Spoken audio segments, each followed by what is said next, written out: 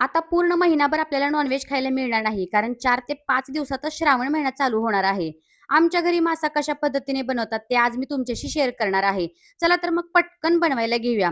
तर इथे मी मासे स्वच्छ 2 ते 3 पाण्याने धुवून घेतलेले आहेत.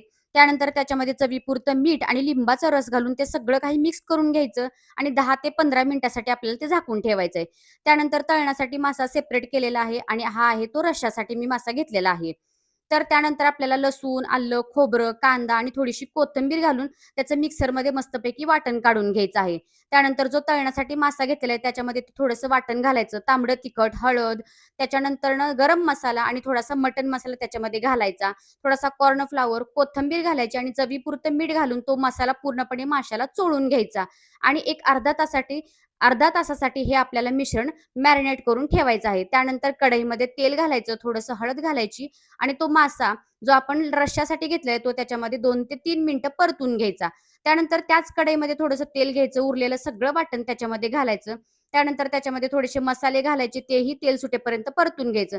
त्यात थोडंसं गरम पाणी घालायचं आणि तो मसाला चांगला व्यवस्थित परतून घ्यायचा व रश्श्यासाठी आपण जे मासे परतलेले होते ते पण त्याच्यात घालायचं. आपल्याला पाहिजे तेवढं त्याच्यात पाणी ॲड करायचं. चवीपुरतं मीठ आणि कोथिंबीर घालायचं आणि मस्तपैकी याला एक उकळी काढून घ्यायची. बघा आपलं कालवण किती छान झालेलं आहे. त्यानंतर ना एका ताटामध्ये थोडासा रवा घ्यायचा, कॉर्न फ्लोअर घ्यायचा, चवीपुरतं मीठ घ्यायचं आणि थोडंसं तांबडं तिखट घालून ते सगळं मिक्स करून घ्यायचं.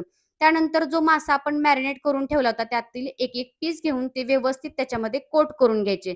त्यानंतर तेल गरम झालं, की त्याच्यामध्ये एक-एक माशाचे पीस सोडून घ्यायचे. मस्तपैकी अलटी करून घ्यायचे आणि एक 2 ते 3 मिनिटातच हे मासे आपल्याला व्यवस्थित तळून निघतात. त्यानंतरनं ते मासे सगळे आपण एका डिशमध्ये काढून घ्यायचे. तर असा हा आमचा आजचा माशाचा बेत झालेला आहे. तुम्ही पण एकदा नक्की करून बघा आणि कसा झाला ते मला कमेंटमध्ये नक्की सांगा. चला तर मग पटकन करा आणि जाता-जाता सबस्क्राईब करा.